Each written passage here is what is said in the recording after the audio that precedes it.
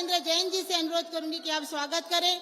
उसी तरह मैं हमारे अधिकृत उम्मीदवार माननीय सुनील भाऊ मेंढे जी और अशोक जी नेते जी से अनुरोध करूंगी कि आप भी नड्डा जी का स्वागत करें, और मैं गोपाल दास जी से अनुरोध करूंगी कि आप स्वागत में भाषण करें। बोलो भारत माता की, भारत माता की। आज हमारे गोंदिया की पावन भूमि पर विश्व की सबसे बड़ी पार्टी भारतीय जनता पार्टी के राष्ट्रीय अध्यक्ष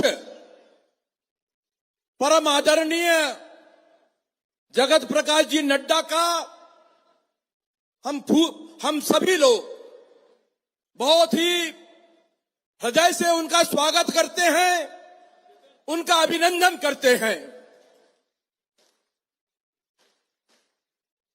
मैं आदरणीय नड्डा जी को इस कार्यक्रम के अवसर पर विशेष रूप से उनका आभार व्यक्त करना चाहता हूं कि जब वो 2016 में भारत के स्वास्थ्य मंत्री थे और मेरे सुपुत्र प्रफुल्ल अग्रवाल ने सुप्रीम कोर्ट से आदेश लेकर गोंदिया के मेडिकल कॉलेज की हमारी वर्षों की मांग को मंजूरी दिलाने का एक बहुत ही ऐतिहासिक निर्णय जब करवाया,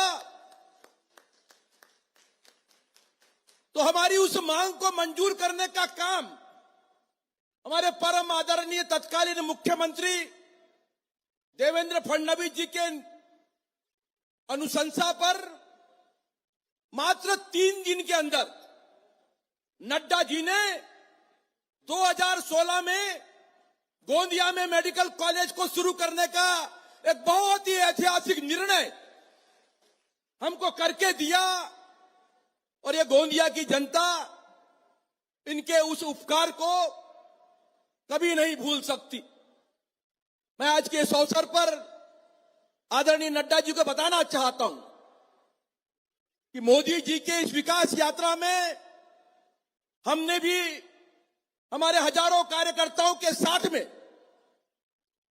मोदी जी की विकास यात्रा में कांग्रेस के 50 साल के राजकारण को छोड़कर इस भारतीय जनता पार्टी के इस विकास के महायज्ञ में अपने साथ में होने का, उनके साथ में होने का एक संकल्प लिया, और पूरी ताकत के साथ में इस जिले में भारतीय जनता पार्टी मजबूत हो, हमारे अखंड भारत और मजबूत भारत की मोदी जी की संकल्पना को ताकत मिले, इस भावना के साथ हम सब लोग पूरी ताकत से काम कर रहे हैं। यहां पर बैठे हुए हजारों कार्यकर्ताओं की ओर से मैं माननीय नड्डा जी को इस बात का विश्वास दिलाना चाहता हूं कि हमारे परम आदरणीय इस गोंदिया भंडारा लोकसभा क्षेत्र के भारतीय जनता पार्टी के महायुति के उम्मीदवार, हमारे भाजपा के उम्मीदवार माननीय सुनील मेंढे जी, और साथ ही साथ गढ़चिरौली चिमूर लोकसभा क्षेत्र से हमारे अशोक नेते जी पूरी बहुत भारी मतों के साथ आने वाले समय में मजबूती के साथ और भारी मतों के साथ विजयी होंगे, और एक मजबूत भारत, एक सशक्त भारत, विकसित भारत की संकल्पना को पूरा करने के लिए मोदी जी के संकल्प को पूरी ताकत से पूरी बल देने का काम करेंगे। इस बात का विश्वास मैं आदरणीय नड्डा जी को देना चाहता हूं, और वे निश्चित रूप से आश्वस्त रहें कि हमारे ये दोनों खासदार फिर मोदी जी को प्रधानमंत्री बनाने की जन जन की आशा को पूरा करने के लिए जरूर चुनकर जाएंगे। इन्हीं आशा के साथ मैं आदरणीय नड्डा जी का बहुत बहुत स्वागत करता हूं। बहुत बहुत धन्यवाद। जय श्री राम। माननीय नड्डा जी का बहुत मुश्किल से आना हुआ, बड़े मुश्किल से एयरपोर्ट पे लैंड हुए, नहीं तो आ ही नहीं सकते थे, तो भी आपको मिलने के लिए नड्डा जी आए हैं। उनका स्वागत जोर से ताली से करिए, जोरदार तालियों के साथ। और उनको 20 मिनट में यहाँ पे एयरपोर्ट पे पहुंचना है, इसलिए मैं नड्डा जी को विनती करता हूं कि आप कृपया संबोधन करें। 20 मिनट में उनको जाना है, वो नहीं तो उड़ नहीं पाएंगे। उनका बहुत बहुत धन्यवाद।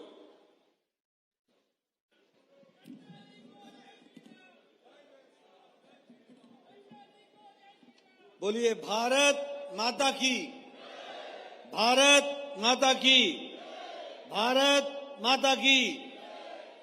आज के इस कार्यक्रम में मंच पर उपस्थित हमारे बहुत ही जुझारू अध्यक्ष श्री चंद्रशेखर बावनकुले जी, हमारे यहाँ प्रत्याशी सुनील मेढ़े जी, हमारे गढ़चिरौली के प्रत्याशी अशोक नेते जी, यशुलाल जी जिला के अध्यक्ष, गोपाल अग्रवाल जी, दीपक सावंत जी जो मेरे साथ स्वास्थ्य मंत्री भी रहे, राजेंद्र जैन जी, सभी उपस्थित विधायक और हमारे वरिष्ठ पदाधिकारी, मंचासीन और यहाँ गोंदिया में इतनी बड़ी संख्या में एकत्र आए देवी और सज्जनों, मीडिया के मेरे साथी, प्रिंट मीडिया और इलेक्ट्रॉनिक मीडिया के मेरे साथी, सबसे पहले तो मैं छत्रपति शिवाजी महाराज के इस धरती पर, मुझे इस पावन धरती पर आने का सौभाग्य मिला है। मैं सबसे पहले तो इस धरती को नमन करता हूं और नमन करके अपनी बात को प्रारंभ करता हूं।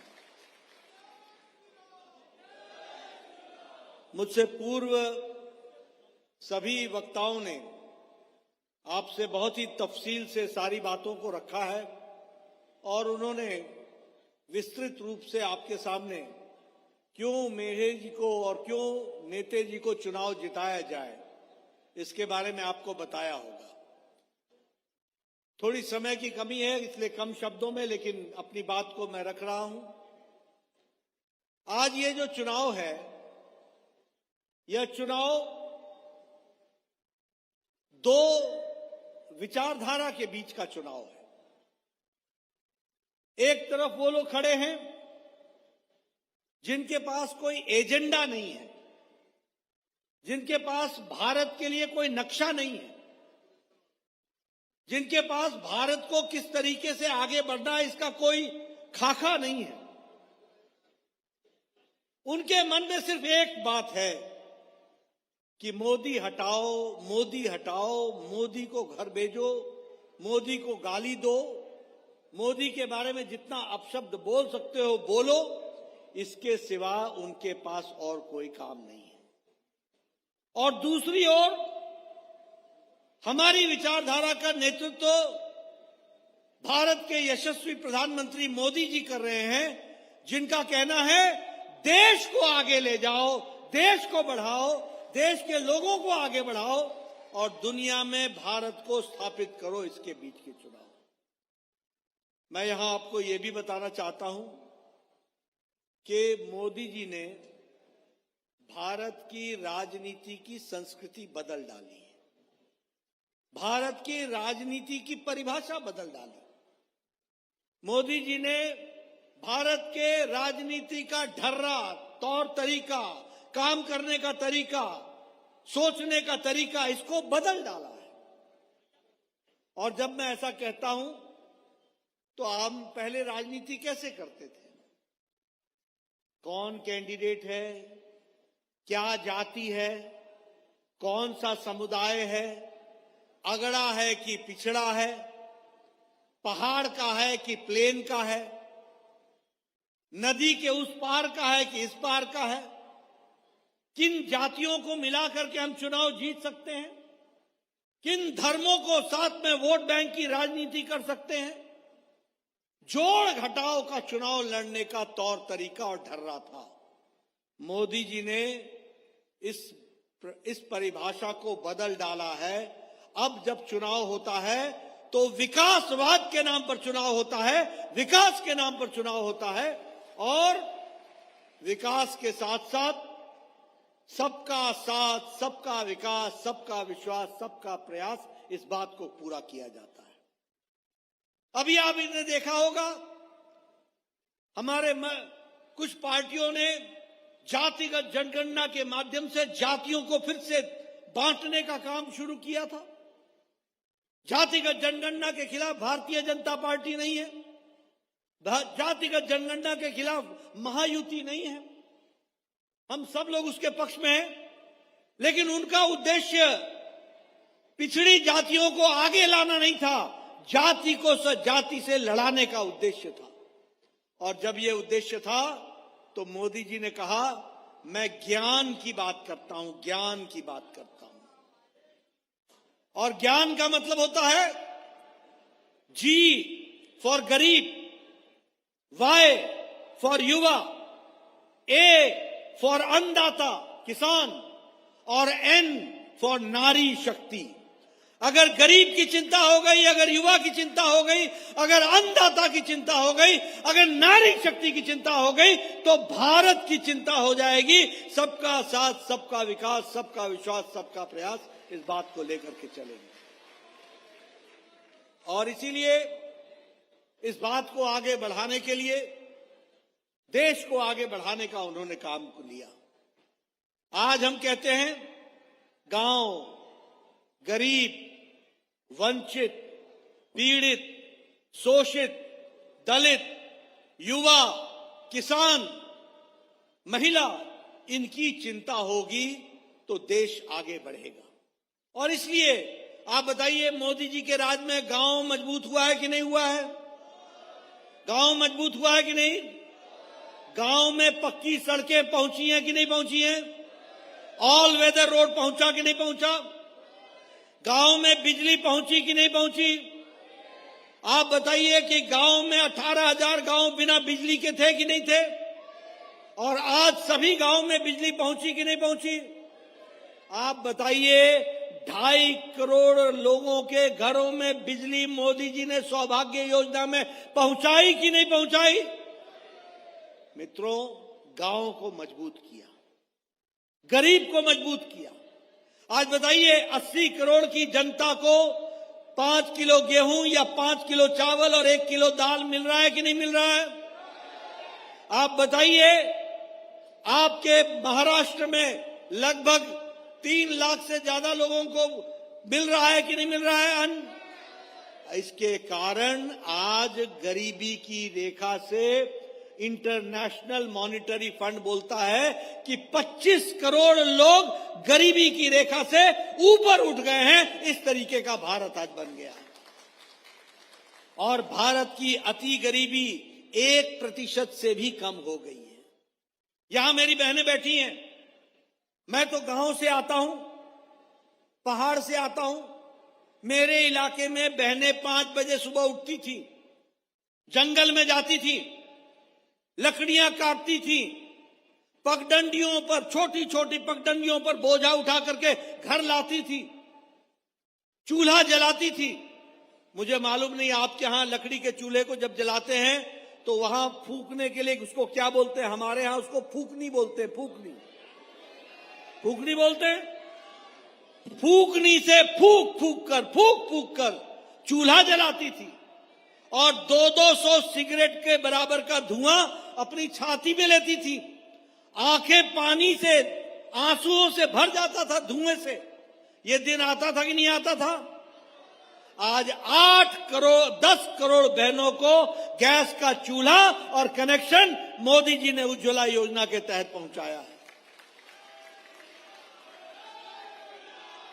आप बताइए, देखो कैसा भारत था 2014 से पहले, कैसा भारत। आप बताइए, गांव में बहनें अपने दैनिक नित्यक्रम के लिए सूर्योदय से पहले और सूर्यास्त के बाद जाती थी कि नहीं जाती थी? एक साथ इकट्ठा होकर जाती थी कि नहीं जाती थी? उनकी इज्जत की किसी ने चिंता नहीं की, उनकी अस्मिता की किसी ने चिंता नहीं की। और क्या संख्या थी? 12 करोड़, यानी 12 करोड़ बहनें को इज्जत, घर देकर इज्जत देने का काम किया तो नरेंद्र मोदी ने किया। इस बात को भी हमको ध्यान में रखना चाहिए। आप बताइए, ये प्रथम पंक्ति में बैठे हैं सब लोग, इसमें से सब एमएलए एमपी रहे हैं और सावंत जी तो स्वास्थ्य मंत्री रहे हैं। हम सब चिट्ठियां लिखा करते थे, प्रधानमंत्री जी, मुख्यमंत्री जी, स्वास्थ्य मंत्री जी, मेरे गांव का फलाना व्यक्ति, इसका बाईपास होना है, इसके इलाज का कोई पैसा नहीं है, इसको कैंसर हो गया, इसका इलाज होना है, इसकी जमीन बिक जाएगी, इसका घर बिक जाएगा, इसको 1.5 लाख रुपए, 2 लाख रुपए, 3 लाख रुपए देने की अनुशंसा करिए। ये तस्वीर थी कि नहीं थी बताइए? प्रधानमंत्री मोदी जी ने आज आयुष्मान भारत के तहत 10 करोड़ 74 लाख परिवार को, यानी 55 करोड़ लोग, और 55 करोड़ लोग कौन है? ये गरीब लोग, रेड़ी वाला, रिक्शा वाला, ठेला वाला, सब्जी वाला, एक छोटी सी दुकान लगाने वाला, बस का ड्राइवर, बस का क्लीनर, ट्रक का ड्राइवर, ट्रक का क्लीनर, मैकेनिक, ये जो टायर पंचर बनाने वाला, ये बाल काटने वाला, लिफ्ट मैन, ऐसे गरीब लोगों को मोदी जी ने 5 लाख रुपए का सालाना हेल्थ कवरेज दिया और दुनिया की सबसे बड़ी स्कीम बना करके दी। आज हेल्थ कवरेज को बना करके दिया विकास के दृष्टि से। आप बताइए, गोंदिया में आज सड़कें बन रही हैं कि नहीं बन रही हैं? सड़कें बिछ रही कि नहीं बिछ रही हैं? नेशनल हाईवे बन रहा है कि नहीं बन रहा है? सड़कों का जाल बिछ रहा है कि नहीं बिछ रहा है? अभी जिस एयरपोर्ट पे मैं उतरा वो वर्ल्ड क्लास का एयरपोर्ट बना है कि नहीं बना है? हाईवेज, एयरवेज, रेलवेज, आज महाराष्ट्र में सारी रेल इलेक्ट्रिफिकेशन हो गया, इलेक्ट्रिसिटी से चलने वाली रेल हो गई। अमृत भारत, नए रेलवे स्टेशन, नए नए रेलवे स्टेशन। अगली बार आप मोदी जी को चुनना, 5 साल के अंदर एयरपोर्ट और रेलवे स्टेशन में आपको अंतर नहीं समझ में आएगा, दोनों वर्ल्ड क्लास के हो जाएंगे। इस तरीके का काम चल रहा है। बोलिए, over bridge, under bridge, elevated road बन रहा है कि नहीं बन रहा है? अभी अग्रवाल जी ने बताया कि नहीं बताया कि मेडिकल कॉलेज गोंदिया को दिया गया? बताया कि नहीं बताया? कभी सोचा था कि गोंदिया को मेडिकल कॉलेज मिलेगा? ये मोदी जी का सपना है कि हर जिले को मेडिकल कॉलेज से दिया जाएगा, हर लोकसभा को मेडिकल कॉलेज दिया जाएगा, इस कारण मिला है। इसलिए विकास की नई कहानी लिखी जा रही है, हर दृष्टि से विकास किया जा रहा है। आपके इलाके में भी विकास की गंगा बह रही है और इसको आगे बढ़ाना है कि नहीं बढ़ाना है? बताइए, बढ़ाना है कि नहीं बढ़ाना है? अगर बढ़ाना है तो मेंढे जी को और नेते जी को दिल्ली भेजना है, इसकी तैयारी आपको करनी है। मित्रों, विकास के बारे में मैं बहुत कुछ बोल सकता हूं, क्योंकि मोदी जी और विकास ये साथ साथ जुड़ा हुआ है। मोदी जी जहां है वहां विकास है। और मैं कहना चाहता हूं कि महायुति की सरकार ने भी कोई कसर नहीं छोड़ी है विकास में। जो मोदी जी का आशीर्वाद मिला उसको धरती पर लगाने में कोई कसर नहीं छोड़ी है, ये भी मैं आपको बताना चाहता हूं। इसलिए मित्रों, हम आपसे मेंढे जी के लिए और अपने नेता जी के लिए वोट मांगने आए हैं। पर एक बात और मैं बता दूं, एक तरफ मोदी जी हैं जो कहते हैं भ्रष्टाचार हटाओ, बोलते हैं कि नहीं? और लाल किले के प्राचीर से बोला कि नहीं बोला कि भ्रष्टाचार हटाओ, और किसी भी बड़े से बड़े को मैं नहीं छोड़ूंगा, बोला कि नहीं बोला लाल किले के प्राचीर से? अभी राजस्थान में जाके बोला कि नहीं बोला, दोबारा तिवारा मेरे को चुन के भेजोगे, मेरी सरकार आएगी, मैं भ्रष्टाचारियों के खिलाफ पूरी ताकत से लगूंगा और शिद्दत से लगूंगा। कहा कि नहीं कहा? कहा कि नहीं कहा? मोदी जी कहते हैं भ्रष्टाचार हटाओ, और ये इंडी अलायंस, ये घमंडिया अलायंस, ये बोलता है भ्रष्टाचारियों को बचाओ। अब आपको चुनना है, भ्रष्टाचार हटाओ या भ्रष्टाचारियों को बचाओ। आप बताइए, कांग्रेस पार्टी ने कोयला घोटाला किया था कि नहीं किया था? जरा जोर से बोलो, कोयला घोटाला किया था कि नहीं किया था? आप बताइए, ऑगस्टा वेस्टलैंड के हेलीकॉप्टर का घोटाला किया था कि नहीं किया था? आप बताइए, पनडुब्बी घोटाला किया था कि नहीं किया था? आप बताइए, चावल का घोटाला किया था कि नहीं किया था? आप बताइए, चीनी का घोटाला किया था कि नहीं किया था? आप बताइए, 2G 3G का घोटाला किया था कि नहीं किया था? आप बताइए, कॉमनवेल्थ गेम का घोटाला किया था कि नहीं किया था? आप बताइए, अखिलेश ने लैपटॉप घोटाला किया कि नहीं किया? गोमती रिवर फ्रंट का घोटाला किया कि नहीं किया? आप बताइए लालू ने चारा घोटाला किया कि नहीं किया? आप बताइए मवेशियों का चारा खा गया कि नहीं खा गया? आप बताइए अलकतरा का घोटाला किया कि नहीं किया? आप बताइए जमीन की जगह पर नौकरी का घोटाला लालू ने किया कि नहीं किया? आप बताइए ममता ने टीचर्स की भर्ती का घोटाला किया कि नहीं किया? गायों की तस्करी का घोटाला किया कि नहीं किया? बालू का घोटाला किया कि नहीं किया? आप बताइए उसने अन्य घोटाले किए कि नहीं किए? आप बताइए ये स्टालिन ने 1,32,000 करोड़ का आमदनी दिखाई कि नहीं दिखाई? आमदनी उससे किससे ज्यादा की प्रॉपर्टी उसके पास है कि नहीं है? आप बताइए उसने भी बालू का घोटाला किया कि नहीं किया? आप बताइए केशव चंद्रशेखर राव की बेटी कविता ने शराब का घोटाला किया कि नहीं किया? आप बताइए इन सब लोगों ने घोटाले पे घोटाला किया कि नहीं किया? मैं ये पूछना चाहता हूं, राहुल गांधी बेल पर है कि नहीं? सोनिया गांधी बेल पर है कि नहीं? चिदम्बरम बेल पर है कि नहीं है? आप बताइए लालू प्रसाद यादव बेल पर है कि नहीं? आप बताइए तेजस्वी तेजप्रताप बेल पर है कि नहीं? आप बताइए डीएमके के नेता बेल पर है कि नहीं? आप बताइए टीएमसी के नेता बेल पर है कि नहीं? आप बताइए ये अरविंद केजरीवाल जेल में है कि नहीं? हेमंत सोरेन जेल में है कि नहीं? मनीष सिसोदिया जेल में है कि नहीं? सत्येंद्र जैन जेल में है कि नहीं? टीएमसी के नेता जेल में है कि नहीं? आजम खान जेल में है कि नहीं? आप बताइए डीएमके के मंत्री जेल में है कि नहीं? ये आधे बेल पर हैं और आधे जेल में हैं।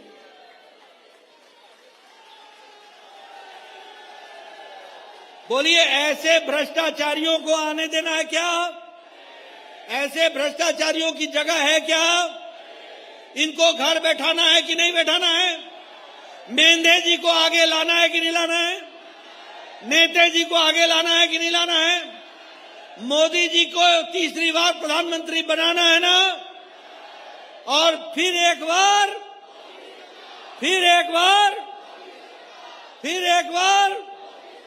अब की बार बहुत बहुत धन्यवाद। जय भारत, जय महाराष्ट्र। इसके पश्चात मैं आभार प्रदर्शन के लिए हमारे जिले के अध्यक्ष उपराणी जी से अनुरोध करूंगी कि आप सभा का आभार प्रदर्शन करें। आज के इस कार्यक्रम में आए हुए हमारे भारतीय जनता पार्टी के केंद्रीय अध्यक्ष जगत प्रकाश जी नड्डा, हमारे राज्य के अध्यक्ष श्री चंद्रशेखर जी बावनकुड़े, हमारे दोनों उम्मीदवार अशोक जी नेते तथा सुनील जी मेंढे, यहाँ पर उपस्थित परिणय जी पुके और हमारे